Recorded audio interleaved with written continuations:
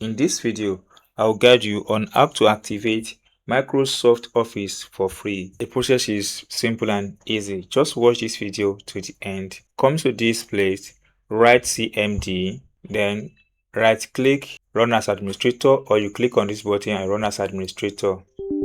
Click Yes and it brings to this interface. Now write CD, then hit the enter button.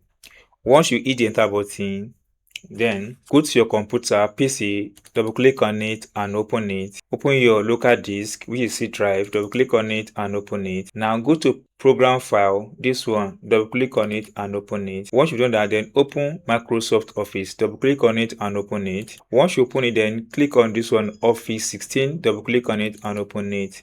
Now that you are here, right click on this PC and copy address as test. Now go back to the command prompt, then paste it here. So type cd space paste that, then hit the enter button. You have something like this. Once you have something like this, then come over to this place, copy this where you see it here, copy that, then come to this place, right click, and you have something like this.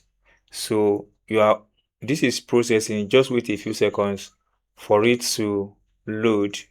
Now that it has loaded up, there's a particular thing you need to take note here, which is very important. This button that says SKUID is very important. This is the key that you need to move on to the next steps. Now come to this place again, this stored code, copy this code. Once you copy it, come to this place, right click. So now that I've taken note of this SK, you copy this code. This SKID is very important. You copy it in your notes like this, so you have it like this. So copy everything here. Now come to this place, then right click, then hit the enter button. Just wait a few seconds for this to load.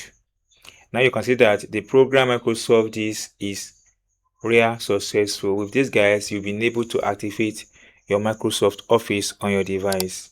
If you enjoyed this tip, you have not subscribed, please subscribe for more updates like this.